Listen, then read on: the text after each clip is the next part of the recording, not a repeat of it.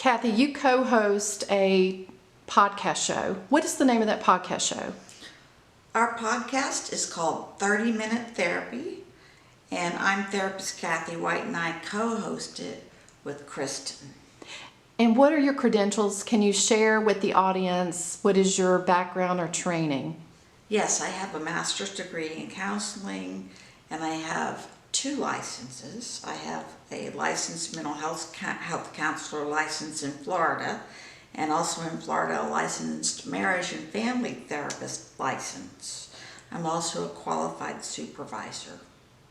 Fantastic. Now, today I want to ask you, today's topic is how to identify a narcissist. Oh yes, that is very important since the world seems to be revealing more and more narcissists. I think the public is becoming educated, thank God, because it will save you a lot of trouble if you can identify a narcissist fairly soon after you meet them. What would be some of the key identifiers? If, let's just say, a man or woman was starting a dating relationship or getting serious with somebody. Well, first let's realize that there are men, or more men, that are narcissists than there are women. Because of how we socialize our males to be king of the castle, to be catered to, mommy does their laundry, we go to all their football games and sports games, and they are often the center of attention. So when people are made to be the center of attention, their heads tend to get a little big. Women, on the other hand, are socialized to cater to other people and take care of them and nurture them. And so narcissists and women who are not narcissists plug right in together because they're looking for someone to cater to them. So you're saying narcissists aren't born, they're created? Narcissists are created, yes. We're finding that there are a lot of genetic relationships as far as even personality disorders, but this is not really one. Narcissists are created, and parents are creating them. And my fear is that in our country we're going to have more and more narcissists because our social connections are breaking down, and we're not teaching our boys to interact with people in a kind, generous way, or even to have good manners with girls. This is all breaking down in our society. So Kathy, would you say growing, like take for instance a narcissist or future narcissist, growing up in a home where there has been violence versus a healthy home or a happy home, can those still create narcissists? Either one? It can, or people can have narcissistic tendencies. If you have met someone and you find out that they have grown up in a violent home and you continue in a relationship with them, you are opening yourself up to a high risk for violence from that person. They may be fine with you for 6 months or a year, but eventually you are very likely to become a victim of violence because that is what they grew up with and that is what they learn. So whether somebody is in a dating relationship, a monogamous relationship, or they are married, and maybe they've been married only a short time or they've been married for a while, what are some of the signs or things they would look for to identify that they are with a narcissist? Yes, well, unfortunately, we hear a lot of stories about, well, he was fine or she was fine when we were dating, but we got married and they were a different person. This happens a lot. And that is usually someone with a personality disorder such as narcissism, hiding and roping you into that relationship as fast as they can. And then right when the deal is sealed, they reveal their true character.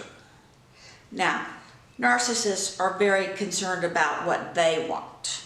So you should ask yourself, is my spouse, if that's the case, only interested in what he or she wants? Is it ever about me? Do they care how I feel? Do they care about the children? Narcissists who have children often get jealous of the children and resent the children and may try and terminate the marriage because now they have competition with the woman. That's very sad. That is really sad when you're supposed to be doing this as a partnership. Yes, that's what women want. Women want a partnership. They want to be treated fair and equally. We want to be listened to. We want to be valued, and a narcissist is not going to value us except as a trophy. So making your wife into, or your partner or spouse into a trophy would be one of the signs or I guess ways to tell. What would be some other ones? Yes. Excessive spending on themselves, although that can be other things. Very much concerned about their looks. They have to have the best thing. They have to have the fanciest car. They have to have the image. Even if they don't have the money, they want the image. Over grooming? Over grooming. And narcissists are often attractive people. Borderlines, which we haven't talked about yet, that'll be another 30 minutes therapy segment, are often very attractive.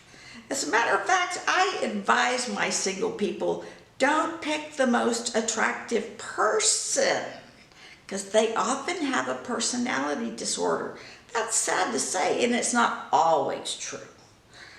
But it is often true, often enough to consider it. So if you are a lucky girl and have a date with a very handsome guy, please proceed with caution. That's something I never even considered or thought about because everybody's naturally attracted to beauty. But what you're saying makes sense because people feed into that unending well and pit of a narcissist needing to be fed. And when they are attractive, they get that their entire lives. They get everything they want.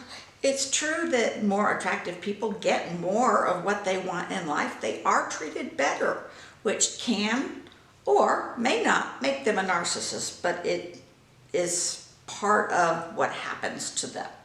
Now, the second thing that people need to know very quickly is if you feel a magnetic draw to someone else, if they have charisma, they are likely either a narcissist or a sociopath. So stay away from the most charming people. They are not going to be good for you. Pass them by for someone who feels less charming, likable, smart, maybe even a little boring. Because you can fix boredom, but you can't fix narcissism. Great points. I would have never thought of that. So, Kathy, as we wrap this session up, I know you go into a lot more depth on the podcast show, 30-Minute Therapy, but can you kind of, as we wrap this up, maybe give people or viewers something else to watch for? Yes, we do a lot of talking about narcissists. We talk about domestic violence. We talk about date rape. We talk about how to have a good marriage. We talk about the dangerous things, the negative things, but we also talk about positive things. How to communicate with your partner better or how to communicate with your children better. Communication is something no one teaches. On 30-Minute Therapy, we will teach you how to become a better communicator, and that will help you in all areas of your life. And definitely help you identify a potential narcissist. Yes, we will teach you how to interview them on the date.